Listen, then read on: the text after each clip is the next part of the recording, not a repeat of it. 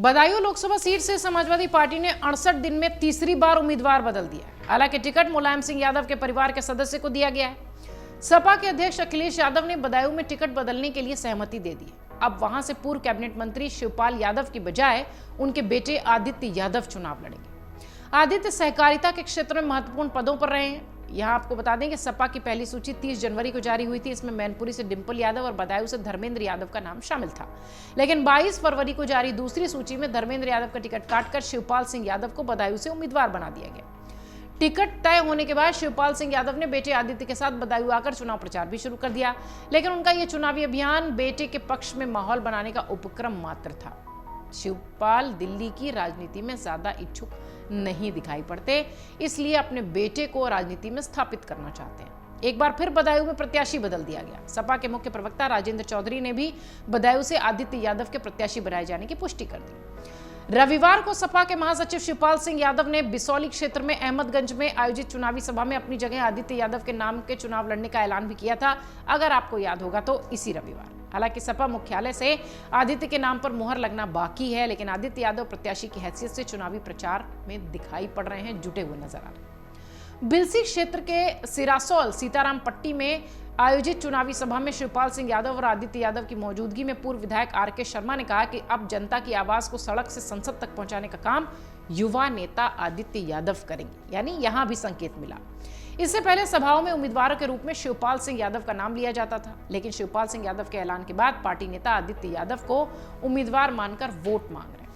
युवाओं को सपा आकर्षित कर रही है। बीजेपी इसे लेकर सियासी वार करने से भी नहीं चूक रही है। सपा के बार बार प्रत्याशी बदलने पर मुख्यमंत्री योगी आदित्यनाथ ने 2 अप्रैल को बदायूं क्लब में आयोजित प्रबुद्ध वर्ग सम्मेलन में तंज कसा था। आपको याद होगा तो उन्होंने कहा था कि सपा के उम्मीदवार मैदान छोड़कर भाग रहे हैं, एक भाग चुके हैं, दूसरे भागने की तैयारी में। सीएम के जाने के बाद अगले ही दिन बीजेपी उम्मीदवार दुर्विजय सिंह ने भी एक चुनावी सभा में कहा कि हार निश्चित होने की वजह से शिवपाल सिंह मैदान छोड़कर भाग गए। वहीं बीजेपी उम्मीदवार दुर्विजय सिंह ने पार्टी कार्यालय में मीडिया से बातचीत की और सपा पर सियासी हमला बोला। उन्होंने कहा कि जब शिवपाल सिंह यादव कहीं बैठने के लिए जगह ही नहीं उन्हें मिली है तो वो खुद हार से बचने के लिए बेटे को मैदान में उतार रहे हैं, पर अभी बेटे का भी चुनाव लड़ना निश्चित नहीं है। अखिलेश यादव टिकट देंगे या नहीं, ये तय नहीं है। शिवपाल यादव का इतिहास सब जानते हैं। दुर्विजय ने कहा कि मैंने उनको गुंडों का सरदार बताया था तो उन्होंने मुझे अपना चेला बता दिया। इस पर मैं यही कहूंगा कि मैंने तो उनके शासनकाल में जो हुआ उसके आधार पर उन्हें गुंडों का सरदार बताया, लेकिन मेरा तो उनसे दूर दूर तक कोई नाता ही नहीं है। जहां तक सवाल सांसद संघमित्रा मौर्य का है तो सपा को उनकी चिंता करने की जरूरत नहीं है। शिवपाल सिंह पहले भी अपना परिवार देखें, भतीजा उन पर कितना विश्वास कर रहा है ये देखें, उसके बाद बात करें। बड़ा सवाल तो यही है कि उनका कितना विश्वास है अपने भतीजे पर और भतीजे का कितना विश्वास है उन पर।